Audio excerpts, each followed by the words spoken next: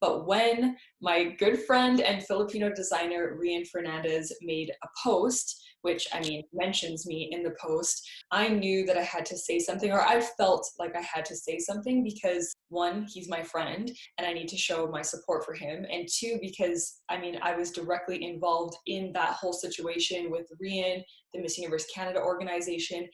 Former Miss Universe Canada 2016, Siera Bearchell, nagsalita na sa issue na dawit ang kanyang dating organisasyon na kinabibilangan, ang Miss Universe Canada Organization, patungkol sa paninira nila sa world-class Filipino designer na si Cinco. At matatandaang lumutan din ang isa pang Filipino designer na si Rian Fernandez at naglabas din ng saloobin sa kanyang naging pangit na karanasan sa pakikipag-ugnayan sa Miss Universe Canada Organization. Si Rian Fernandez ay ang naging designer ni Siera Bearchell nung lumaban ito sa Miss Universe 2016 na ginanap nga sa Pilipinas. Sinabi rin ni Siera Bearchell na matalik niyang kaibigan si Rian Fernandez, kaya dapat daw siyang magsalita rin patungkol sa viral na issue. Panoorin natin ang kanyang naging pahayag sa kanyang YouTube channel. So there's been, a big uprising, uproar, drama, tea, I don't know what you want to call it, in the pageant world of Miss Universe Canada. I want to make one thing clear. We wanted to back and one thing I just wanted to make sure we made clear right from the start is how this kind of drama, if you will, started with Cinco, the handlers of Nova, Miguel and Nova. We don't know, I don't know them personally, and we don't know what really happened with that situation. We don't know anything about that. We just know from essentially my experience being at Miss Universe Canada and being Miss Universe Canada in 2016, 2017. I didn't want to comment because I didn't know the situation at hand. Like when Cinco, I've never worked with Cinco, so I've always respected his work. I've always shared that some of my favorite gowns ever have been the ones that he did for Iris and for Pia when they passed the crown of Miss Universe. But I didn't want to make a comment because even though I'm well aware of Miss Universe Canada, I was Miss Universe Canada, I didn't know anything about the situation at hand. So I didn't really want to add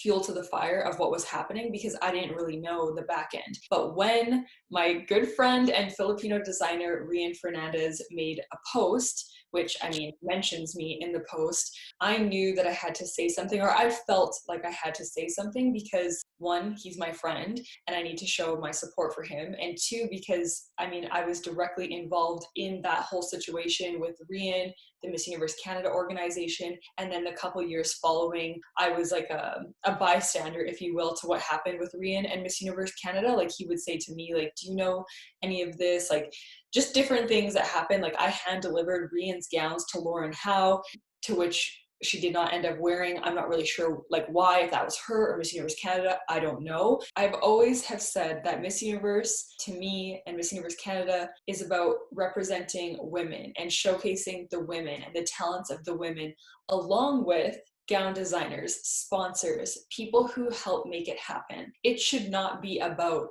the directors, the handlers, like any of that drama. It's just so unfair because it takes away the attention from the girls, the designers, the people who were showcasing their work, their talents. And so when I saw that Rian had made a post, I knew that I needed to say something as well, because if anyone hasn't seen it, I have a conversation with Rian on my YouTube channel. I'll link the video in the description box, and he shares like what really happened at Miss Universe 2018 when Marta was supposed to wear all of his gowns, and every time she came out on stage or anything, she was wearing not his gowns. And actually she wore one Cinco gown, I forget what it was, but she wore Cinco, which I think Rian said like, that's amazing, that's great. But the problem was that he was deceived by the Miss Universe Canada organization. He was told that he was making gowns that were going to be worn on the stage. So had he known, and I don't want to speak on his behalf, but this is kind of what he shares, had he known that there's a chance she may wear his gowns, it wasn't guaranteed, that's completely different than sitting in the audience waiting to see your gown on the Miss Universe stage and the contestant comes out wearing a different gown.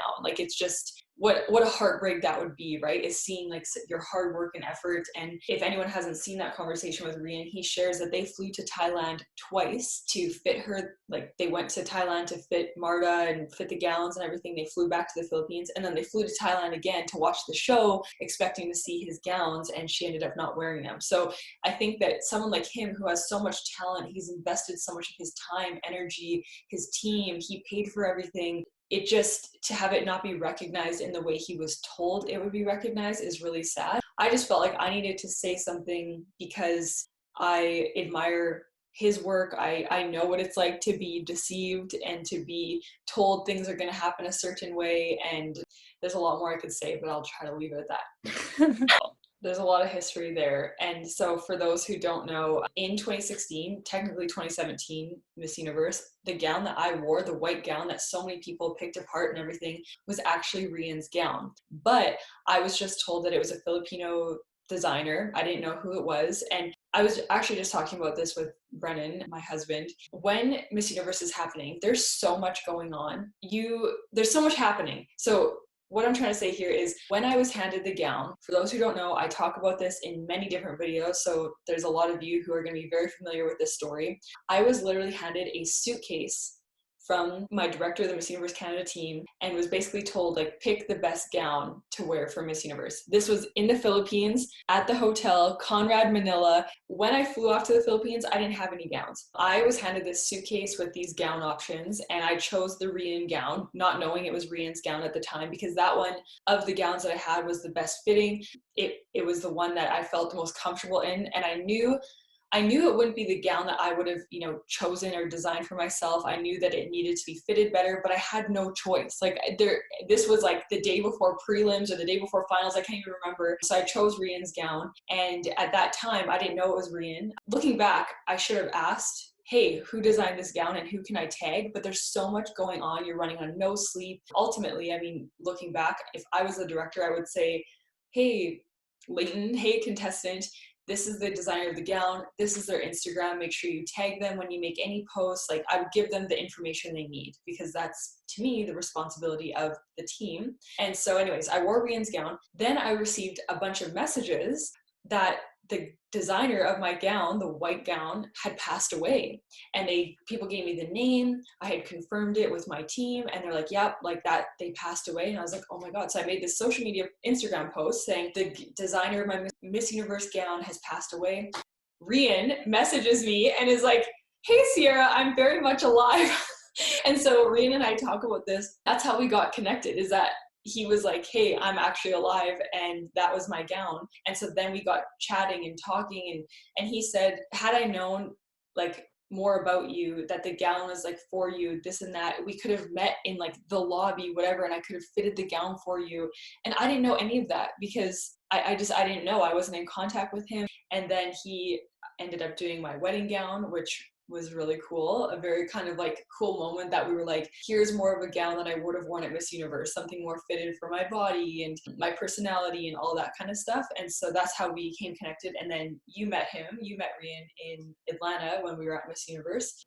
For sure. It was strange. And, a lot of people have said to me when I've shared this story, because I've shared this story before on my YouTube channel, they said, well, that's your responsibility. Like, you should have taken initiative. And what I try to tell those people, and I mean, in a way, I shouldn't have to like justify myself, because I know the real story and what really happened. But I was told time and time and time again, trust us. From the organization, trust us. We've done this before. We've been doing this for 10 years. You can trust us. You have to trust us. We know what we're doing. And I would ask, call, email. I even kept like timestamps of like, we had a conversation at this time, at this date, that my costume, I was told time and time again to trust the organization, trust the process. They knew what they were doing. So as someone in the contestants' perspective, right? Like, put yourself in that position. You're going to Miss Universe. You don't know what to expect. You don't know any designers. You're in Canada where people don't really care about pageants, and your organization is telling you, trust us. We know what we're doing. You have to trust us. Don't go outside of us. Like, we're the ones